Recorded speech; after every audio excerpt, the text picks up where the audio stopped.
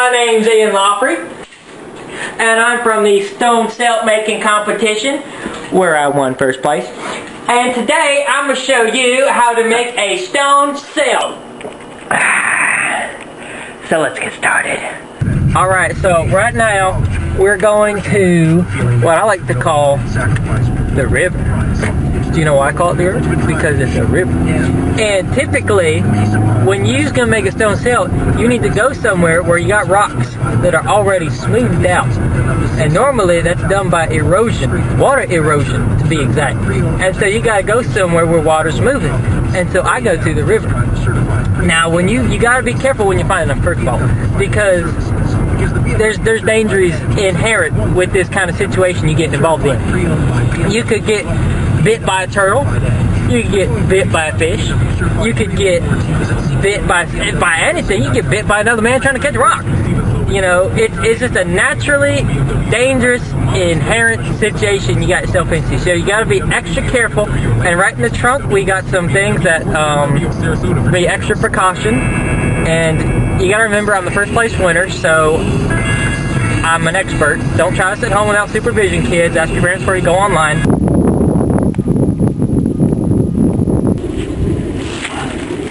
So here we are at the river, and this is the best place to find the right rocks to do this, in a natural, pristine environment, untouched by man. Alright, now I've been told that some of you youngsters in Miss Merritt's 8th period speech class are minors. That means you're under the age of 18. So, once you ask your parents' permission to come through these activities, you got to know what kind of safety gear to put on. Rule number 1, the right foot protection. Waterproof boots from the flea market, $5. Important. You need the right footwear, no open-toed, shoes. Next, you need your eye protection. Protect them babies. You only got 2. Then you need the right headgear. I support FedEx. Next, you need to take off anything that could get snagged easily. Nothing hanging loose. Everything good to go. Jeans are a little heavy, so I'm gonna undress.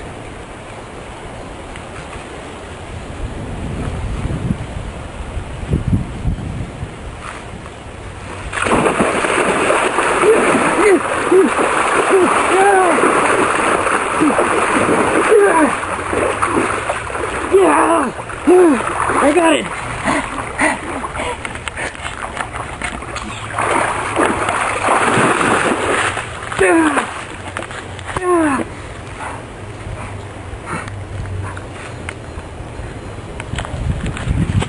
Wait.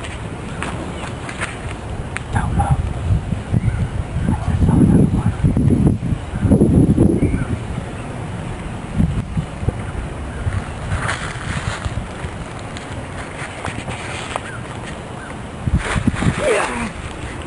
I got it.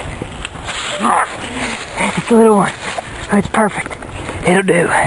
Let's get out of here. I'm drawing up the blueprints for what we're going to be making.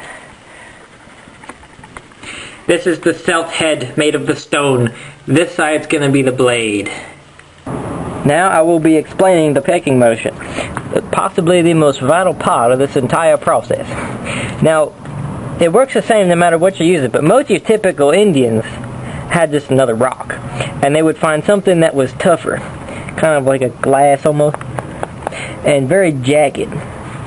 Something you can just pound on there. And you've seen birds, how they just kind of peck at stuff. That's where the name comes from.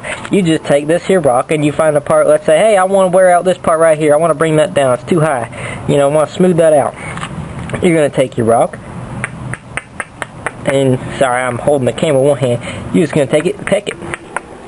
Like all master teachers, I will now deflect to a whiteboard to further explain myself. Now, let's say, to explain this process, this is your rock surface.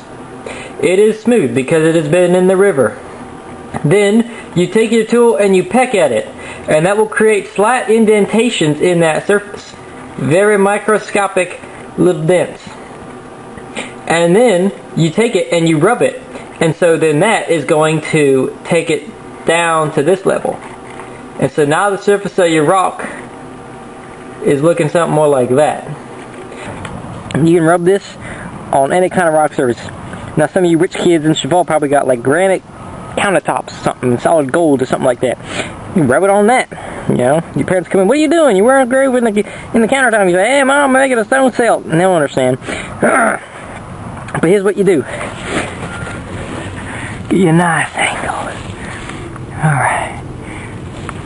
So I'm going to just take it and go, you gotta have a technique. Do long strokes. Just long strokes. Nice and easy. Now when you get to the blade part though, that's delicate. You do not want to mess up your blade. And if you're going on the rock, chances are you're going to hit something tough and you're going to knock the notch out of that blade. And then you're going to be real pissed off. So what you got to do is with the blade, you go side to side in a nice sweeping motion. You got to peck with your rock or your spoon or whatever you got in your hand. And then you get all nice and roughed up and you just go and wear that out. Smooth it down. Then you pack it up, then you go and smooth it out. And you do the side to side motion on this, and the longer part you do back and forth. Just rub it! Just rub it! Just rub it!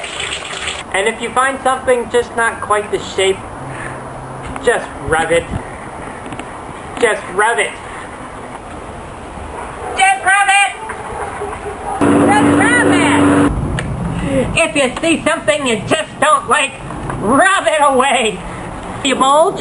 Just rub it. Just rub it! Just rub it! Just rub it! Rub it! Hydration is key. You must hydrate. Hydration is key, right, Kevin? Thank you, sir! Hi, Christina.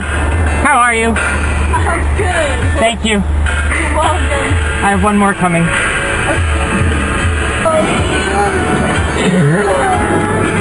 Hey, Ian, look, man. Oh my God, Ian, don't twist it, dog.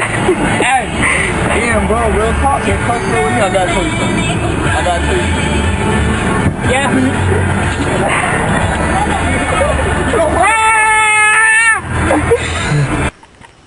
So as you stare into the moonlit sky tonight, just feel comfort in knowing that now you know the process of how to make a stone celt. Through many hours of pecking and then rubbing and then pecking and then rubbing, you too can survive in almost any survival situation that life can bring at you. Congratulations, you are a stone celt making master.